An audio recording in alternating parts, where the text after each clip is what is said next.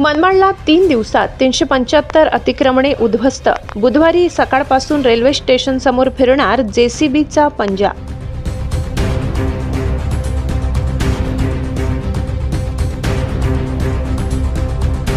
मनमाड नगरपालिका व राष्ट्रीय महामार्ग प्राधिकरण अधिकाऱ्यांतर्फे येथे सलग 3 दिवस राबविण्यात आलेल्या अतिक्रमण विरोधी मोहिमेत मंगळवारी रात्रीपर्यंत एकूण 375 अतिक्रमणाविरोधी कारवाई करण्यात आली। शनिवारी 26 रोजी, सोमवारी 227 तर मंगळवारी 122 अतिक्रमणे काढण्यात आली। त्यात पक्की बांधकामे, पत्र्यांचे शेड, टपऱ्यावजा खोकी व कंपाऊंड वॉल, ओटे, पायऱ्या आदी स्वरूपाची अतिक्रमणे काढण्यात आली। त्यामुळे मनमाड शहरातून जाणाऱ्या या इंदूर पुणे राष्ट्रीय महामार्गाने व प्रमुख व्यापारी बाजारपेठेने आता मोकळा श्वास घेतला आहे।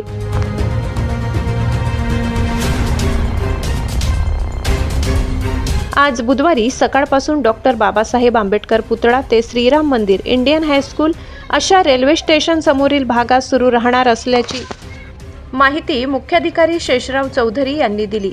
मंगळवारी सलग तिसऱ्या दिवशी महामार्गासह शहरातील मध्यवर्ती गावठाण भागातील मोठ्या प्रमाणावर पक्की बांधकामे असलेली अतिक्रमणे काढण्यात आली।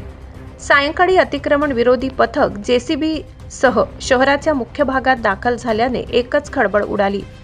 नगरपालिका इमारती समोरील एकात्मता चौकातही ही धडक मोहीम घणाघाती आणि व्यापक स्वरूपात सुरू करण्यात आली। इतकी कठोर मोहीम सुरू असल्याने अतिक्रमण धारकांचे धाबे दणाणले आहेत। त्यामुळे अनेक भागात प्रशासकीय यंत्रणांवर पक्षपाताचाही जाहीर व गंभीर आरोप केला जात आहे। धनदांडगे व राजकीय हितसंबंध जपले जात असल्याचीही जाहीर चर्चा सुरू आहे।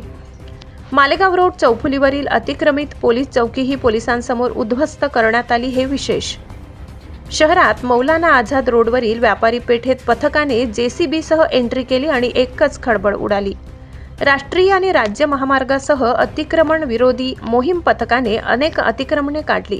त्यामुळे महामार्गासह शहरातील रस्ते मोकळा श्वास घेत आहेत। गेल्या 25 वर्षांनंतर इतक्या मोठ्या प्रमाणात प्रथमच ही मोहीम राबविली गेल्याचे सांगण्यात आले।